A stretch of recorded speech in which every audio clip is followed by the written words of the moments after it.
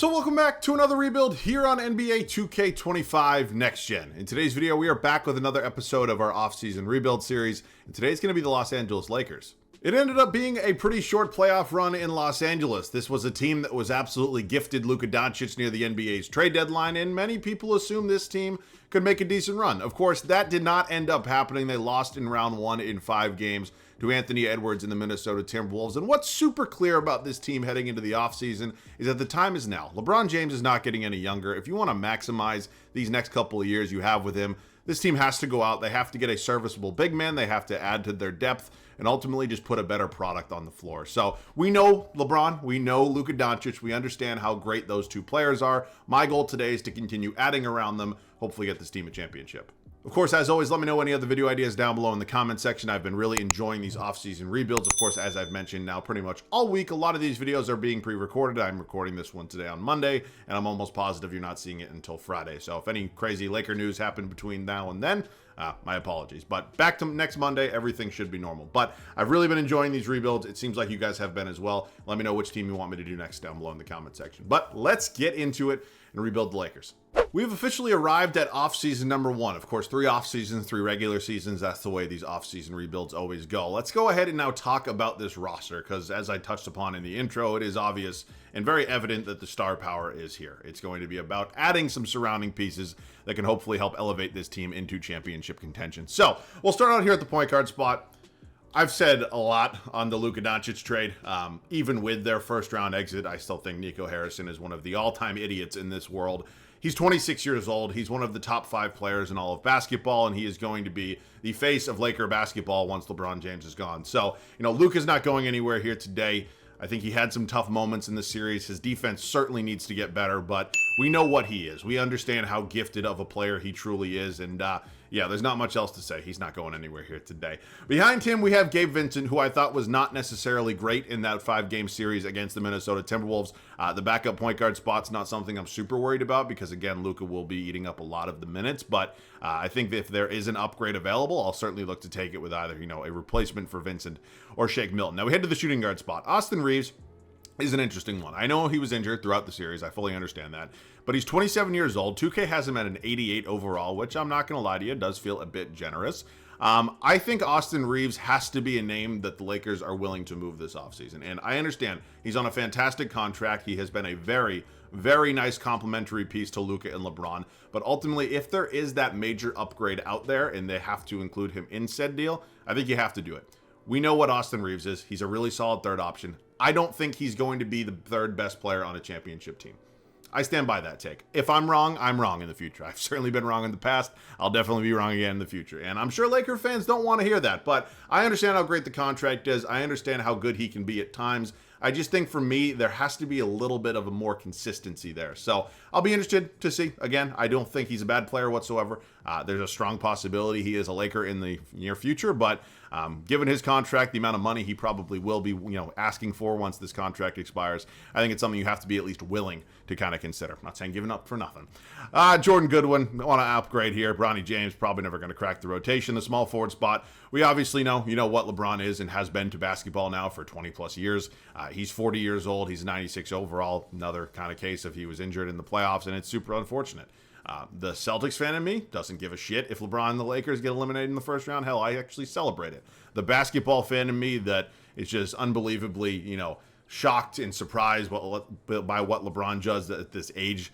I don't want to see LeBron go out in a first round. Like if and when his career is over, he cannot be ending it in a first round exit. I just think that it just feels right. Like, you know what? LeBron cannot end his, time going out in 5 games the first round. So I'm not saying he's retiring this offseason. I don't think that's the case. I think he has at least 1 or 2 more years. But ultimately, I've kind of gotten to the point where here in 2K anyways, I know he's going to retire here in this offseason.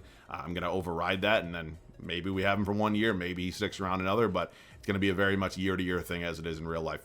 Dalton Connect was almost a Charlotte Hornet, and then obviously the Mark Williams physical has failed. That trade was vetoed, and Dalton Connect got back to the Lakers, and kind of felt awkward ever since that point. So, we know that his development's going to go pretty well here today. I do think he can be an impactful player with this group, and hopefully an offseason kind of wipes that away in real life. The power forward spot, I thought Rui Hachimura was fantastic in that Minnesota Timberwolves series. I know there were some question marks, about Rui at times. I thought he was one of their most consistent players throughout that 5-game series. So, he's only an 81 overall here in 2K, and strictly talking about 2K here.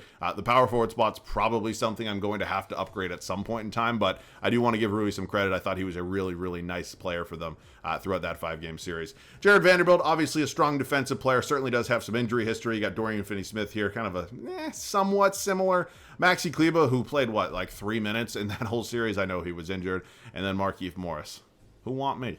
And then the center spot. Let's discuss it a little bit. The fact that Jackson Hayes is listed as a 79 overall is borderline criminal. He is a Luka Doncic merchant.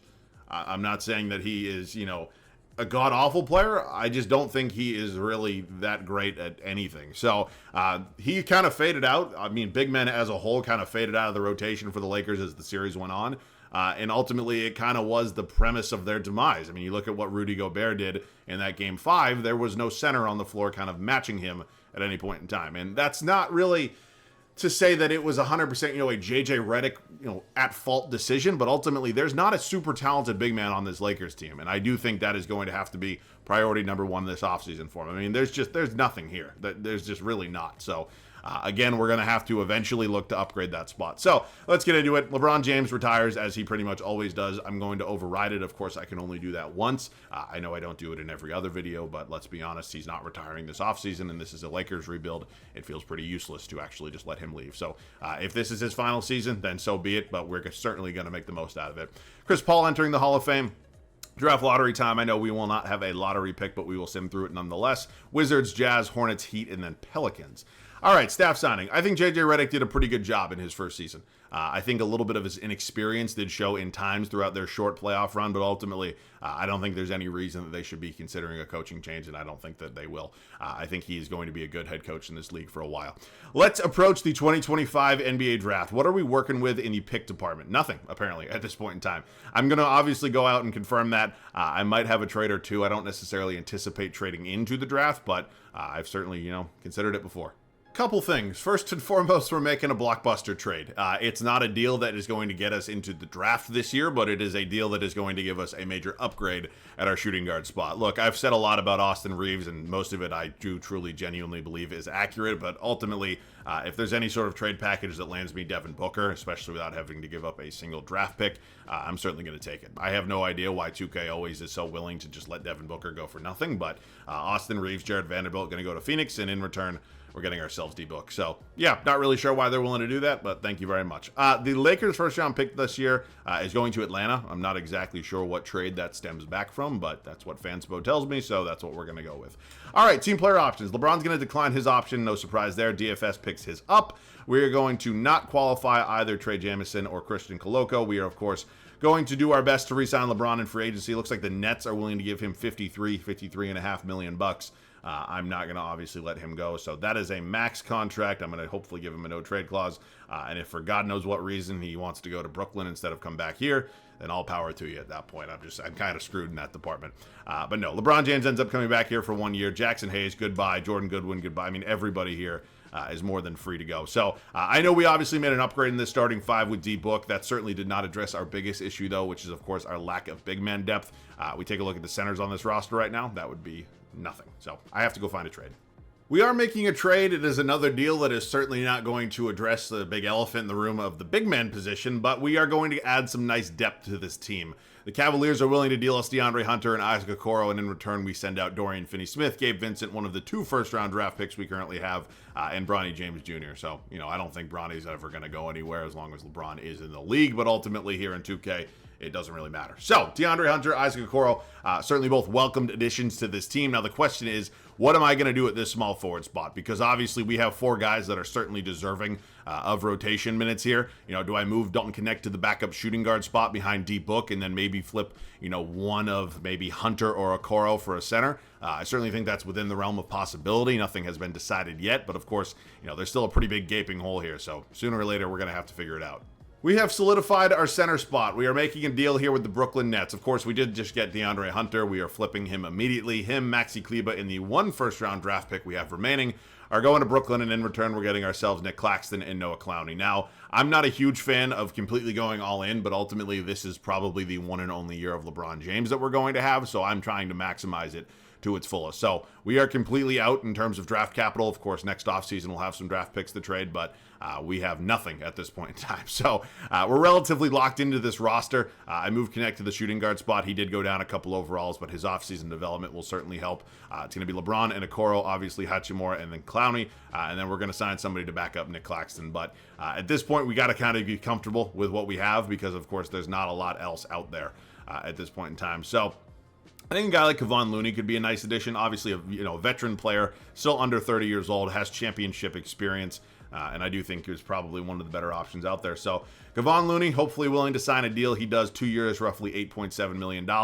And at this point, we are kind of locked into this team. There's not really another blockbuster move out there that is going to actually happen for us. So, I do think it is worth it. Ultimately, at this point, there's nothing out there for like Hachimura that's like an upgrade, is there? I doubt. If there is, I may consider it. I know I said a lot of nice things about Hachimura, but he is an expiring deal. Yeah, I don't know if any of these trades that I've seen so far really make a lot of sense for me. So I think I'd be more benefited if just hanging on to Hachimura. I could go out and get Kuzma, either move him or LeBron. No, I can't do that. All right, I'll see you guys at the start of year number 1. It kind of goes without being said, but we pretty much pushed all of our chips in for this one season. Now, this is going to be a 3-year rebuild. I'm certainly not just going to stop the video after LeBron retires, but it's more than likely that LeBron will be calling it a career after this season. So I obviously wanted to maximize this very short window that we have, and we have pretty much no draft picks moving forward at this point. But we certainly have made some nice additions and certainly some improvements to this team. Luka Doncic and Devin Booker are going to be our backcourt. While it's certainly not my favorite defensive backcourt, there's obviously a lot of offensive output there with those two. It's also hilarious that they're playing next to each other. LeBron James remains my 3, and then of course Rui Hachimura remains my 4, and then of course brought in Nick Claxton to take over our starting center spot. Bench unit is okay. There weren't any major improvements in terms of this bench, but ultimately some nice progression out of Dalton Connect. We did add Isaac Okoro. We still have Shake Milton, brought in Kevon Looney, and finally Noah Clowney rounding out this 10-man rotation. So, is this a championship team? I certainly think we'll be in the mix. A top 4 seed would feel really good, but this Western Conference is absolutely loaded. So we'll find out together at the end of year number 1. Shai Gilgeous-Alexander takes home the MVP award here at the end of year 1. More importantly, we go 57-25, which we're definitely feeling pretty good about. Of course, this was Luka's first total season in Los Angeles, Devin Booker's first season here, and obviously still got LeBron. So our big 3 certainly working out so far. But SGA MVP, Cooper Flag ends up with the Wizards. Tyler Hero coming off the bench. I've noticed that happening in recent videos. I'm not sure why. Giannis wins Depoy, Mobley most improved, Curry clutch player of the year, and 60 wins in Dallas. Gives Jason Kidd a coach of the year and the 1 seed. I'm assuming that means we're the 2 seed, which it of course does. We will be facing a play-in team in round 1. Here is a look at the Eastern Conference. Let's talk about some of the numbers with this team. Of course, the offensive output is not something I'm super worried about. We had 3 guys at 20-plus points. Hachimura, Connect, Okoro, Milton, Claxton, Clowney, and then Looney. Rebounding department is Claxton, and then assist is going to be Luka. So, first round of the playoffs. Us in Denver. Oh boy, I'm assuming that every single Lakers fan's like, here we go again. They made a Michael Porter Jr. for Miles Bridges trade, also somehow brought in Mitchell Robinson. I feel like they always trade MPJ in these videos, which is certainly an interesting decision. We're down 2-1. We're now down 3-1. We get bounced in 5. We go from losing in 5 in real life to losing in 5 here in 2K. I didn't think that, we were necessarily... the big 3 did everything they needed to. Hachimura was even pretty solid. I don't know. Claxton wasn't great in terms of scoring. His field goal percentage was pretty low. Okoro obviously not scoring super well. Wasn't a great series from Milton from the field. But, yeah, I don't really know, right? I think we were... I'm disappointed. All right, well, it is obviously time for what is likely going to be, a post-LeBron James era Lakers team. I can't override his retirement twice, so he is officially gone. And it doesn't make things any easier, let me just tell you that. But that sucks. It would have been nice to continue to build around LeBron. Maybe he changed his mind, but ultimately he did not. So an early exit for us. The Nets have our pick at number 28. Staff signing time. I'm going to give JJ 1 more year. I still stand by what I said last offseason, but ultimately, if we get bounced earlier than I think we should heading into next playoffs, then yeah, he's probably gone. All right, it is the 2026 draft. We do not have our first round pick. We now do have access to our 2030 first and second, but they're probably going to be nothing if, trade assets. Doncic's going to enter unrestricted free agency. No surprise there. We, of course, are going to give him a whole heck of a lot of money to get him back. 18 offers, none of which are actually real contracts. And then, of course, going to pay Hachimura as well. So the starting small forward spot, kind of goes without being said, is a really big need. Losing LeBron and replacing him with pretty much nobody at this point is obviously not a very smart option. So I don't have a plethora of draft picks or anything. I'm simply going to have to work with what I kind of have and see what we can do. We are already pretty low in the depth department, and a trade like this will certainly not help that whatsoever, but ultimately I do feel as if we need to make a nice upgrade in this starting five. So, RJ Barrett is certainly not a superstar or anything like that. He's nowhere near LeBron James, but he is definitely better than what we're working with. So I'm basically offering my entire bench, and they all have to be in here to make the money work, and I'm really hoping Toronto just says yes, thank you very much. All right, RJ Barrett going to take over at my small forward spot. Again, we are very, very low in the depth department. Next offseason is probably going to have to be the go out and get depth offseason. The one good thing is that we didn't have to give up a draft pick in order to get Barrett. So, yeah, kind of just what I have to work with right now. So, free agency, probably not going to be very kind. The good news is that we have a lot of, starters that are, well, really just our backcourt, I guess, at this point. That's going to eat up the majority of the minutes. Taking a look here at some of the free agents, a lot of them are a little bit older. Jonathan Isaac, for God knows what reasons, on a minimum, so I'll certainly offer him a 2-year deal. The center spot, a guy like Jay Huff. I don't know, man. Hopefully I am able to bring in Isaac. All right, that's a nice addition. So our backup power forward and shooting guard are all set for now. I'm not terribly worried about point guard just because I think Luka will obviously eat up the majority of the minutes. Matisse Thybulle could be a nice defensive specialist to potentially bring off the bench. And then the center position, Steven Adams, he's just 36. But really, what else is there to go off of? Oh, boy. Yeah, it's not going to be a very good bench. That kind of goes without being said. Going to be a lot of starting minutes. And kind of just what we have to work with. And then Scary Terry, because, oh boy, this bench is going to suck. It really is. I'll see you guys at the start of year 2. All right, second season here in Los Angeles. Year 1 ended a lot sooner than I initially anticipated. I thought we had a really successful first offseason, and of course ended up coming up way shorter than I wanted to. So this offseason, we were obviously met with the biggest challenge of this video so far, that being the retirement of 41-year-old LeBron James. It's not surprising. It still absolutely sucked, though. We replaced him with RJ Barrett, who's certainly nowhere near as good. And ultimately, we didn't really make many other major additions because we were very limited financially. Luka Doncic, Devin Booker, RJ Barrett, Rui Hachimura, Nick Claxton are 1 through 5. There's really no other way to look at it. It is a worse starting 5 than last year. I mean, there's one change. It's RJ Barrett for LeBron. You get it. Bench unit. Minutes are interesting. Not my typical, allocated bench minutes. Connect's going to be playing 24 off the bench as my 6-man. Jonathan Isaac, Matisse Thybulle, Terry Rozier, and Steven Adams. Not great. Definitely going to have to address these bottom 3, especially come off season time. But that's what we're working with. Last year, we were the 2 seed here in the West. If we could be top 4, I'd be thrilled with that. But going to be interesting, to say the least. So I'll see you guys at the end of year number 2. Not a bad way to end year number 2 here in Los Angeles. Luka Doncic gets his first career MVP. He leads us to a record of 52-30. It's worse than last year, but ultimately, all things considered, I'll take it. Nah, really good numbers for Luka. Cameron Boozer's, he's in Philadelphia, your rookie of the year. You got Ace Bailey, who is coming off the bench in Charlotte. Wemby wins Depoy. Marcus Sasser, most improved. Steph Curry, clutch player of the year, and 67 wins in Minnesota gives Chris Finch coach of the year. You can see immediately that we are taking on the Dallas Mavericks here in round 1 as the 5 seed. Certainly going to be fun seeing Luka go up against his old team. Same with Anthony Davis. And yeah, I think at this point we know who's good. We know who's not. It's really just about the depth that this team has or really doesn't have for that. I mean, Terry Rozier, 8 points a game. He's 40% from the field. Never mind. Fuck off, Terry. All right. I think the depth is going to be, priority number 1 in the offseason. But ultimately, at this point, we have a playoff run coming up. So Kyrie, Anthony Davis, they've added Jaden Ivey to this team. They are a solid squad. And obviously, 2K loves Dallas if you have played or watched this game before. So we are up 2-1, though. 2-2. We go down 3-2. We get bounced in 6. Another first-round exit. Booker was terrible. I can't have 17.5 points a game. That can't happen. I mean, you're not a 17.5 point per game guy come playoff time. Hachimura, not bad. Connect. I need more than 7 rebounds from Nick Claxton. Just disappointing all around, man. Just really is. All right, it is time for the final offseason. P. Giddy winning Western Conference Finals MVP. I mean, those numbers are fucking insane. Those are like Luka numbers right there. And AJ DeBanza coming off the bench in Charlotte. The Hornets made a finals before us? Okay. And the Timberwolves win it all. Anthony Edwards finals MVP. It is the final offseason. We have gotten to the point of this video where it is make or break time. Of course, we are looking to win a championship and have actually not even won a playoff series yet. So that is a little disappointing and certainly a little nerve-wracking. Our first round pick is going to the Jazz. It's at number 26. I feel like it would be unfair to fire Mike Stauffer. I do. But I think it might, Mike Stauffer, to fire JJ Redick. But I think it would be worth it because I think we need somebody new in here. I'm not saying he deserves to be fired. I think ultimately this team, especially this year, lacked a lot of depth. But I need an experienced coach heading into a championship or bust season. So, again, probably not JJ's fault, but I think I'd prefer a Nick Nurse or a Tyronn Lue. Instead, hopefully I have my pick of either one of them. I don't really know which one I'd lean towards. I guess Nurse's ratings are a little bit better.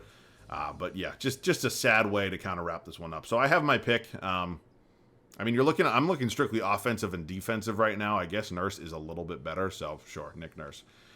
Welcome to Los Angeles. Okay, it is the final draft of this video. I think, again, we don't have any picks in this draft. At least we have 2 tradable first-round picks at this point, but we're not going to trade into the draft.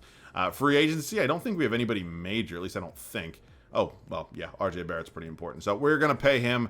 We are certainly going to look to, improve this bench in any which way we can, and then potentially want to upgrade in the starting 5 as well. I am making a very, very, very risky move right now. And it's one that certainly may not pay off, but I think at this point in time, we have to make an upgrade in this starting 5.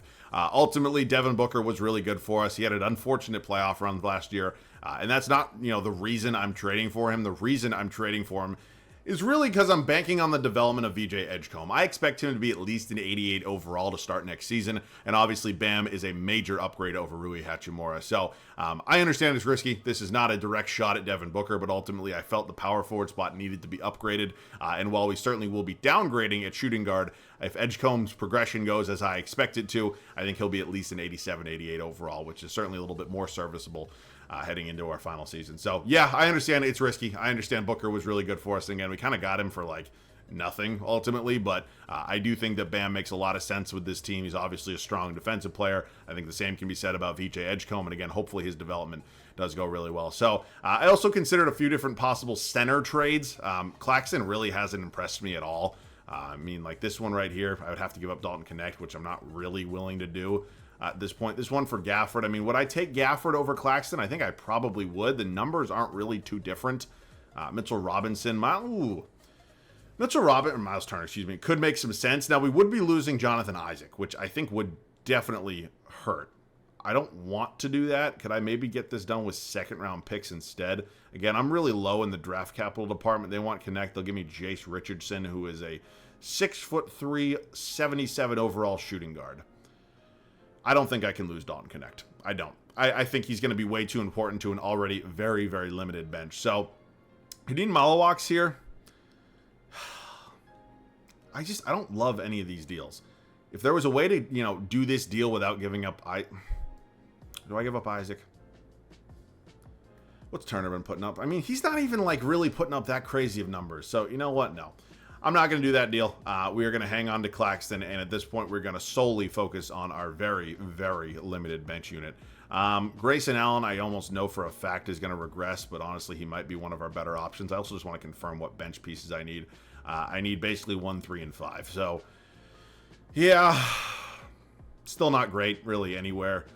Josh Okogie, I guess we'll have to settle just because he's at an age where he's not going to crazy regress or anything like that. But I'm still not really in love with anything that we've done so far. So Monte Morris, I guess we'll have to settle as the backup point guard option. And then the center options here, Thomas Bryant, I guess. It's not great, but it's what we have to work with. So, I will say it was probably a little bit better than what we had to work with last year. But ultimately, I'm still incredibly nervous heading into a championship or bust season. So, the one final thing I guess I will try to do is include 2 first-round draft picks. With Claxton, if there is a significant center upgrade out there, I'd probably be willing to take it. But, Anthony Black would be a really nice addition, but he's just... Oh, okay. Is the overall upgrade worth it? I think it might be. I do.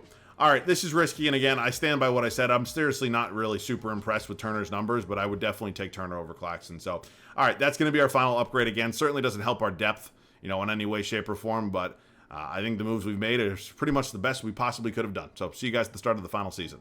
It is now or never here in Los Angeles. We had another busy offseason making a couple blockbuster splashes, and ultimately VJ Edgecombe's progression did not go as well or as fast as I had initially hoped. So, it's going to be risky, no doubt about it, but I do think Bam Adebayo is a very welcomed addition in this starting five. Luka, Edgecombe, RJ Barrett, Bam Adebayo, Miles Turner, bench unit, Dalton Connect, Josh Okogie, Jonathan Isaac, Monte Morris, and then Thomas Bryant. So it is very rare that I do this, but this may be one of the videos that if we're approaching the trade deadline and I just don't think we're good enough, I may make a trade.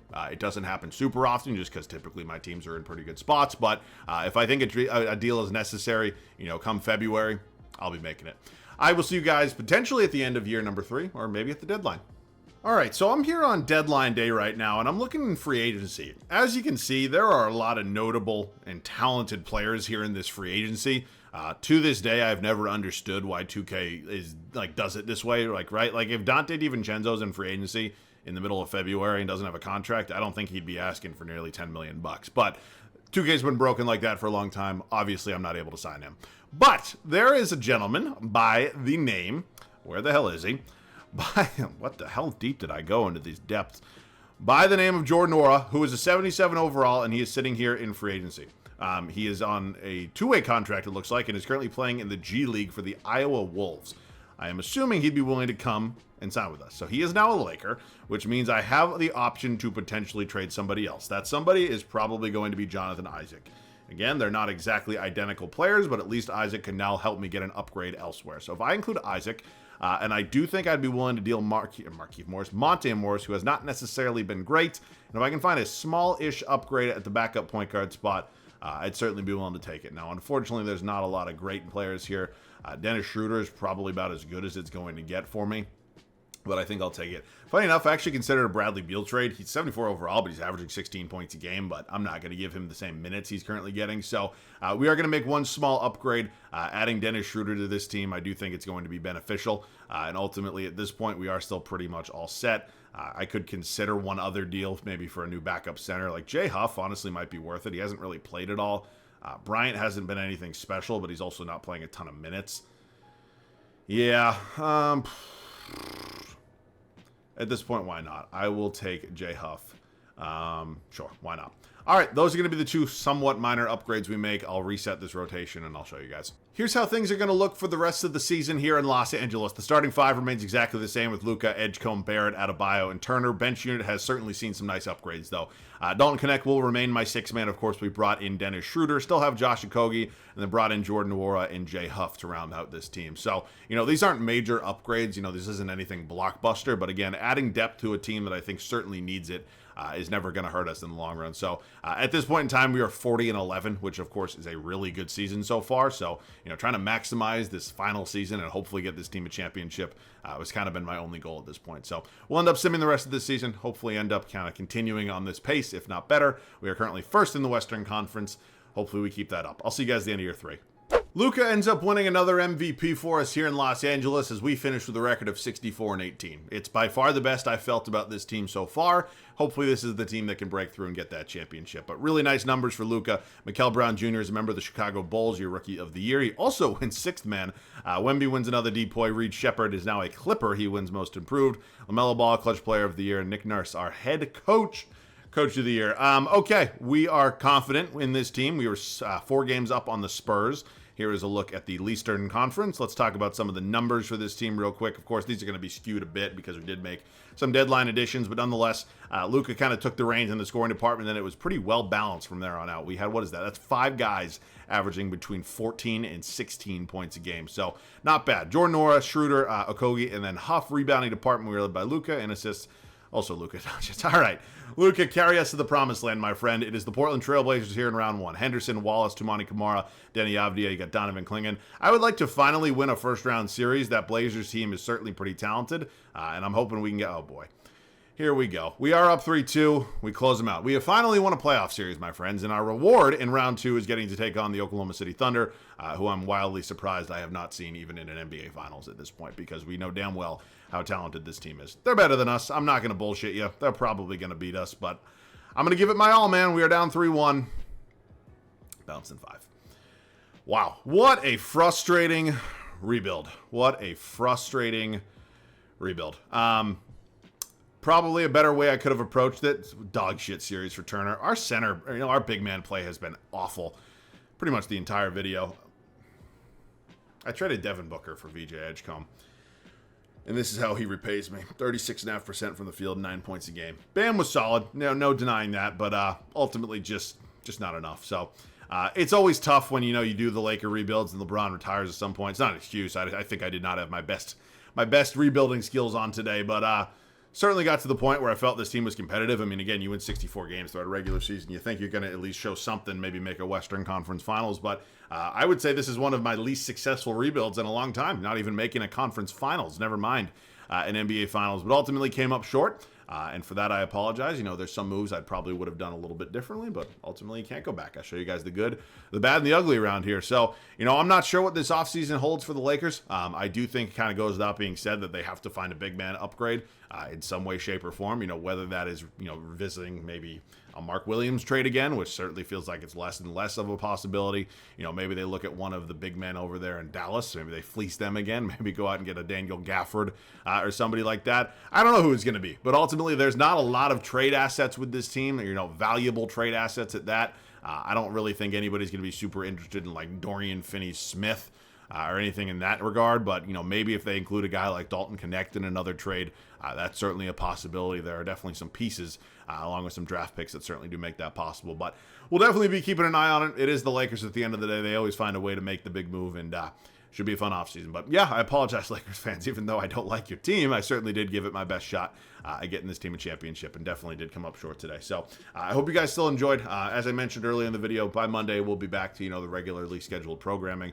There won't be any delayed videos or anything like that. So hopefully we are back in current with the times at that point. But this one was still fun. Tried to do my best, and ultimately just couldn't get it done today, man. So hopefully you guys still enjoyed, but that'll do it for me. As always, thanks so much for watching. I love you guys. I'll catch you guys all in the next one.